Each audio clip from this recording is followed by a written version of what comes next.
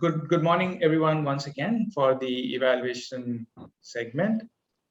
Now, after the speech and the evaluation, focusing more on the contest part, I will quickly share my screen.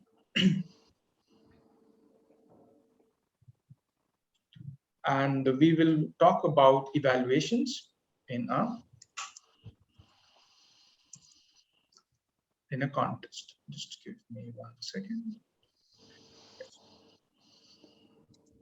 When we talk about evaluations, it is something, or rather, not just evaluations, anything that we practice in Toastmasters. We often and we always take these skill sets that we acquire and we learn from here, and we explicitly use them in our personal and professional lives. Evaluation is no different.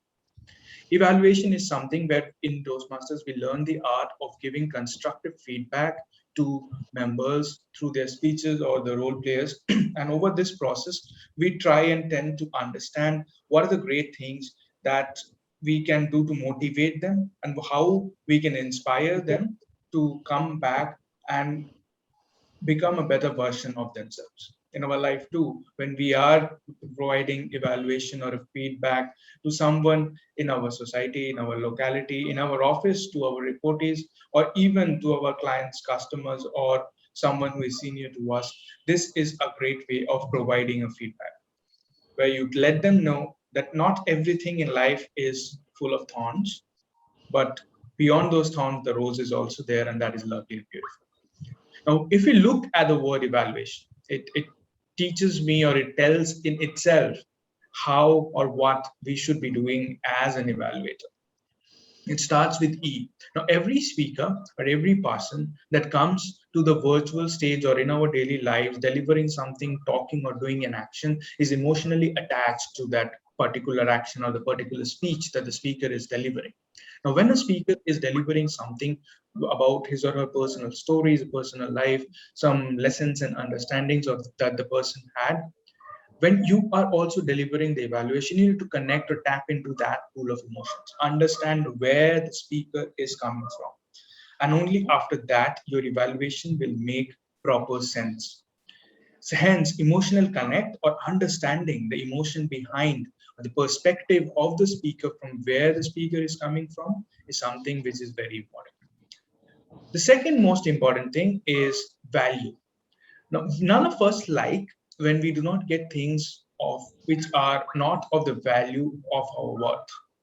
And it is very important as an evaluator not to make an exemption from this. Now, when you're evaluating, the speaker is investing time and energy in the speech that the speaker has already delivered.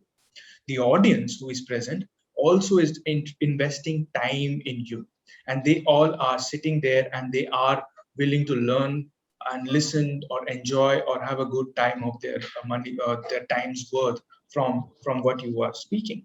So it is important that you add value to the speaker and the audience. And remember this, as an evaluator, it is important that once you have understood where the speaker is coming from, it is essential to talk about what are the things that needs to be done so that how or when or where the speaker came from or where the speaker was delivering the speech is improved and it is even better. So value addition is something which is of importance and essence in the speech. We're going to talk about hows and how to do that and how when to do that in the subsequent slides. At is important, where you are delivering the evaluation. Where you are delivering the evaluation. Evaluation in a Toastmasters session is little different than evaluation at a contest. In a Toastmasters meeting, we do have definite specific objectives. Now, in contests, it is often said that we do not have objectives. We're going to bust the myth around that in the subsequent slides. And I is important because evaluation is about your perspective as an evaluator. It is not that you come to the virtual stage or the physical stage and you say, me and my friends were sitting and he thought that this particular thing should have been different. Now, if it is his view, if it is her view, they can very well come to the stage and deliver that, or deliver that in person to the speaker. When you are on stage, people are looking forward to hearing your speech or your perspective. And the last part is on. As a judge, it is often said in a Toastmasters event that you should evaluate the speech, you should judge the speech and not the speaker. Same way, in evaluation also, it is very important that we remember that we should evaluate the speech and not the speaker. We might have a great experience listening to a speaker in the past, and we might think that, okay, this guy is awesome. And when we go into that perspective or that mode in our mind, we will not be able to come up with a lot of recommendations, and we will not be able to help the speaker grow. At the same time, if we go in with the perspective that, okay, this guy is a novice and this guy needs to improve and this guy needs to learn, that will not help us finding out the commendations or the great things the speaker is already doing.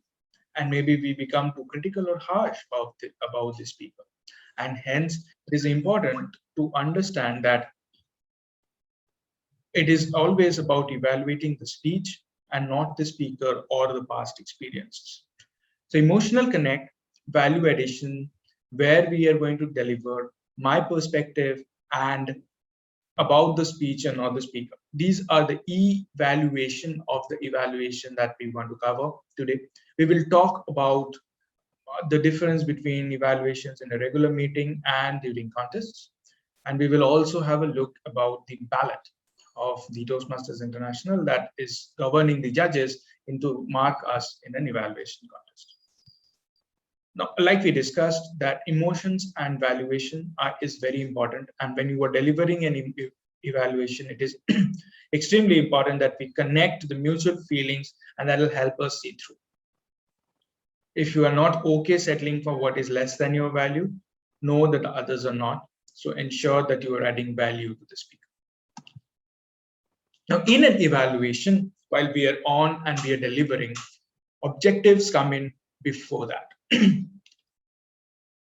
While we're on stage and we're delivering a performance, what we have done before coming to the stage plays a great role in affecting how we are going to deliver the speech or how we are going to evaluate. In a Toastmasters meeting, when a normal speech is delivered, like we did today, we have definite objectives on which we have to evaluate the speaker. And it is important to understand, clarify, and conform with these objectives before the speech with the speaker and discuss if there are any challenges that the speaker is facing. For example, in one of the meetings that I had attended a long time ago, one speaker who was an advanced speaker was delivering, and her hand movements was a little bit restricted.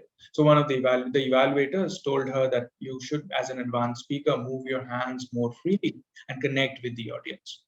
Only at the later part of the session or after the session, we realized that the speaker had a broken hand, and she removed the sling just so that it does not distract the audience. So that feedback was probably not appropriate on that particular day. Sometimes all of us have challenges, and in a Toastmasters meeting where we are mutually supportive to each other, we need to understand these challenges and conform or clarify whether the objective that I am understanding or taking away from the pathways objective sheet is same as what the speaker is taking away from it, and come to a mutual ground, and then you deliver my evaluation.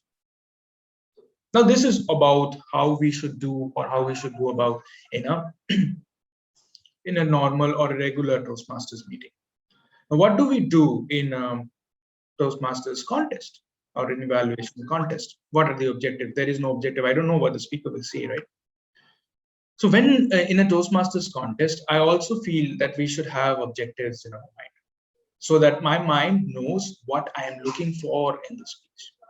Now, the year when I won the district finals, that before sitting for the finals, I had around 17 to 20 objectives in my mind. Certain objectives which are generic in nature to speeches, and they are what govern the governing principles of a speech. For example, these objectives can be about talking. These objectives can be about voice modulation. These be about body language. These be about sync of the body and the voice. I call it body modulation. It can be about your call for action. It can be about if we are doing or playing, telling the audience how to achieve that call for action. If we have our stage movement choreographed well, using different parts of the stage to deliver different segments, Are the transitions proper on the stage, whether it be virtual, whether it be physical, or whether the transitions in the speech is good enough? If I'm having interaction with the audience, understanding or trying to connect with the audience, add value to it. If I am about, if the pauses or the message that I'm trying to deliver through the pauses is properly done, if the props are used well, or can there be a place wherein props can be used? So these can be some of the objectives that come to my mind, and before and be there in my mind when I sit down to look at the speech or evaluate the speech. Now, how to come up with these or more? Watch speeches, listen to speeches, evaluate them, not just in Toastmasters meeting when you are playing the role of an evaluator. I would say listen to speeches on YouTube, on TEDx, on different platforms, and through the process of listening to speeches, like when we watch a movie, we learn or we understand that these are the great things that are there in the movie, or okay, these could have been good about the movie. Same way when we're watching speeches, we also get to know or understand about the different objectives that we have about a speech, that I would love to see this, or oh, this is the thing that touched my chord a great. So those are the things that I should keep in my mind as objectives. The second thing is recommendations. Now, in an evaluation, the most objective of an evaluation is to ensure that the speaker grows as a speaker, and hence recommendations play a very important role in that. Now, recommendations need to be positive, specific, and helpful. These are the three things mentioned on the judge's ballot as well. So positive feedback is important. For example, I can deliver a recommendation like, your speech had lacked voice modulation, and the voice modulation is to improve. Two characters need to come out distinctly different. Now, this is a recommendation, a strong recommendation, where I am meeting the criteria of giving a recommendation which will help the speaker, but it is not positive in nature. It is a little negative, and at the same time, we can feel that, okay, this is not impacting or helping the speaker in a good or positive way. So same recommendation we can put in a positive way, or by modifying the words a little bit, or how we are going to present it, and add where the speaker needs to change it and how, so that the where and when is covered and it becomes even more specific in nature, so that as a speaker, I know or I learn that, okay, this is the change and where I need to make it. I can say in the same speech that your speech had two different characters, which was greatly portrayed. Now, if these two characters sound a little bit different, for example, when you're old, when during the conversation of the old man and the child, if the old man could have sounded a little husky and grumpy and said, "Son, come here, sit down," maybe that would have made his voice a little bit stronger and deeper. And at the same time, if the little kid would have sound a little innocent while responding to the answers and saying, okay, so is it time for me to sit down now? This will make the evaluation specific in nature, and the way it is said made it positive, that I'm praising the speaker and saying that you took in effort, acknowledging the effort of the speaker in bringing out the two characters, and also putting in a recommendation that these two characters could have sounded a little bit different, so that the effect would have been better.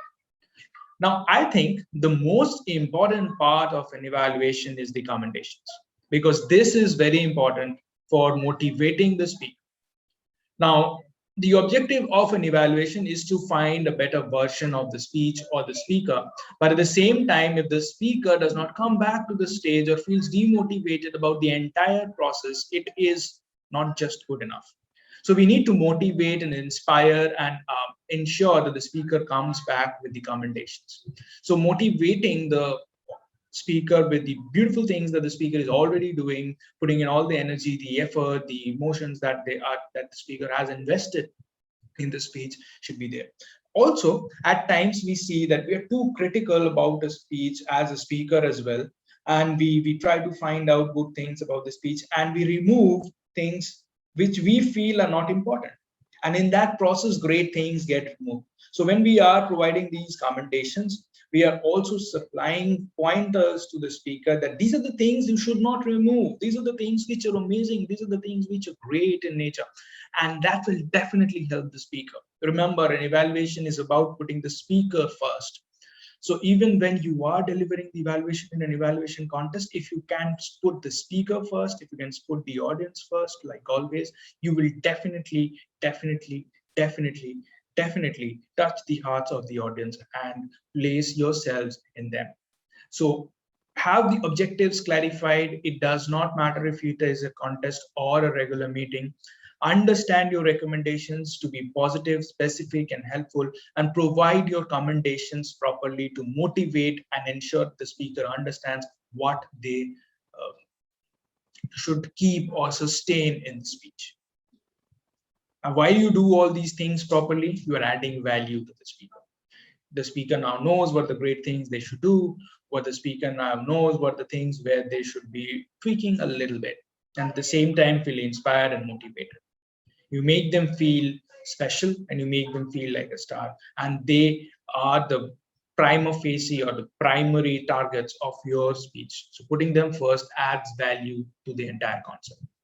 Motivate at the end.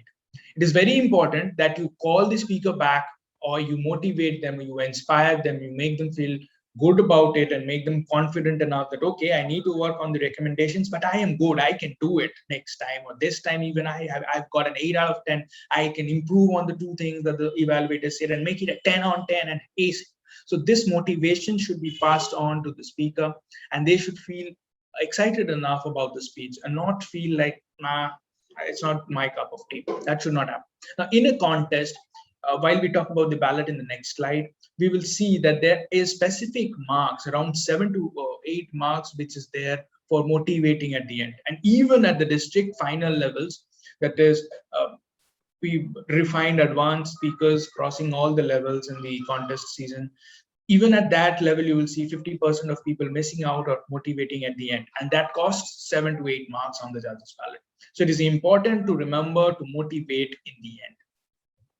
At the last, I would say, stand out to make a mark. It is a contest. There will be a lot of people delivering their evaluations in their own ways and definite ways. It is very important to make a mark and specifically stand out to ensure that the judges and the audience remember what you have to say and what you did say in your speech. For example, how to make your speech or evaluation stand out. Now, pauses is a very common recommendation that comes to us.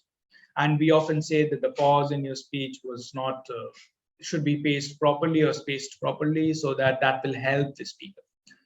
Now, in the year that I won the contest, in the division levels, I had to provide a similar kind of recommendation to the speaker under consideration.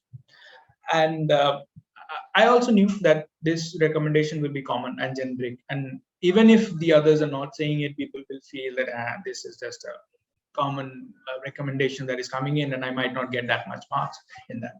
So you have to do something to make sure that this is the X factor or the wow factor in your speech or in your evaluation. So for example, let's assume that the speaker said the sun rises in the east, and the speaker's pauses were repeating like the sun rises in the east, the sun sets in the west. A lot of times we find speakers repeating the pauses in the sentence. So when I came to the stage, I said that as a feedback, I said, in your speech, when you were talking, your pauses were a little repetitive.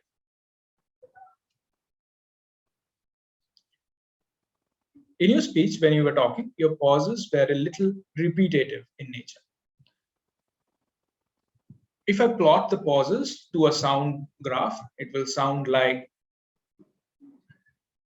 the sun, pause, rises in, pause, the west, la, pause, la, pause, la.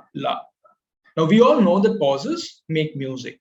And if we place the pause right before the object of the sentence and make the audience wonder what's next for them, that will add a lot of value. It will entice the audience, connect with the audience, and make them stay glued to your speech as you go forward. We can shift the pause like that and make the object a little poignant and pregnant in this way and make it sound like the sun rises in the east.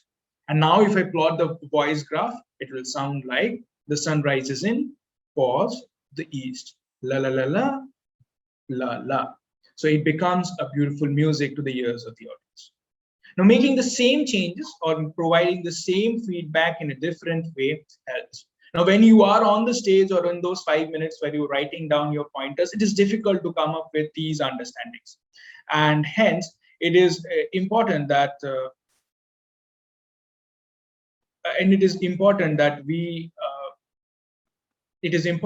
we plan these changes from beforehand. So while we are preparing our objectives, hence this preparation of objectives is important. I can find out that, okay, these are the few things I want to do, especially if I'm telling an evaluation. And hence it is important that if I'm using pauses, I'm going to do this. I may comment on making usage of props in a way, or something other that comes to my mind and I'm good at. So these are the different things that we would love to do in an evaluation contest.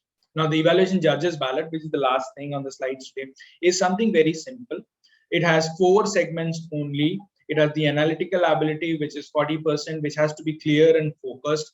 The finding out the recommendations, if we are using any analogy with anything in the speech relating to them and then making it part of our speech. For example, I was using the swimming that the speaker was doing, was delivering in her speech, Ruchira was delivering in her speech before, and trying to make it part of my speech. So those come under the analytical ability, and how good I can analyze and how clearly I have understood the speech and how clearly I am giving specific examples or pointers from the speech and making sure the recommendations are focused to the speaker and the audience.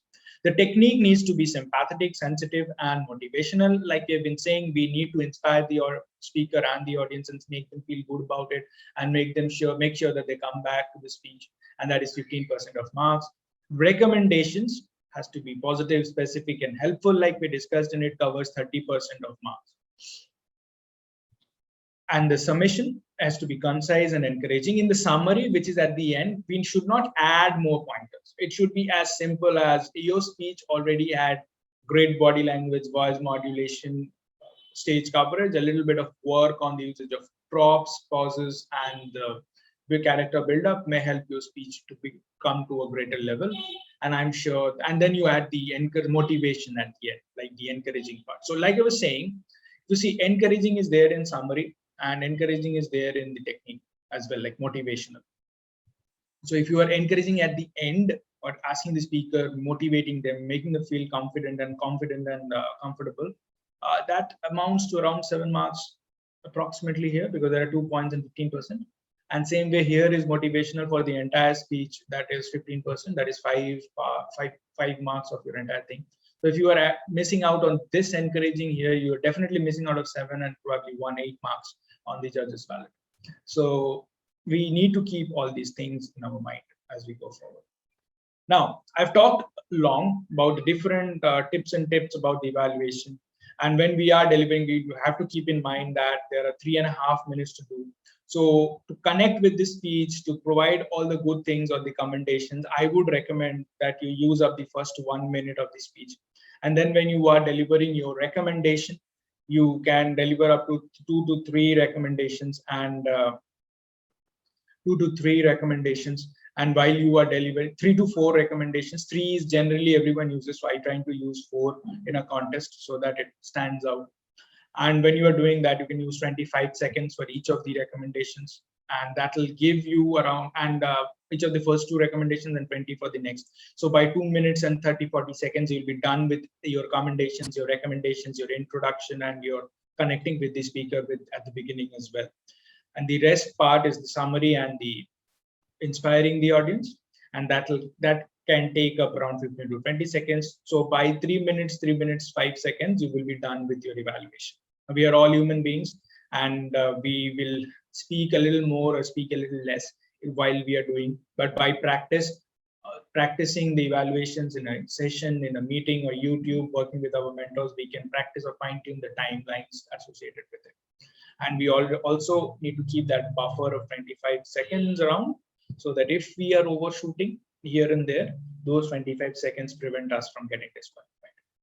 So thank you so much for being a part of today's session. If you have anything you want to add, if you have any questions that you would like me to answer, please feel free to unmute yourself and share. Or if in the interest of time, if you want to ask these questions offline, you can also put it in the Zoom chat, and I'll be happy to take them up as the session progresses.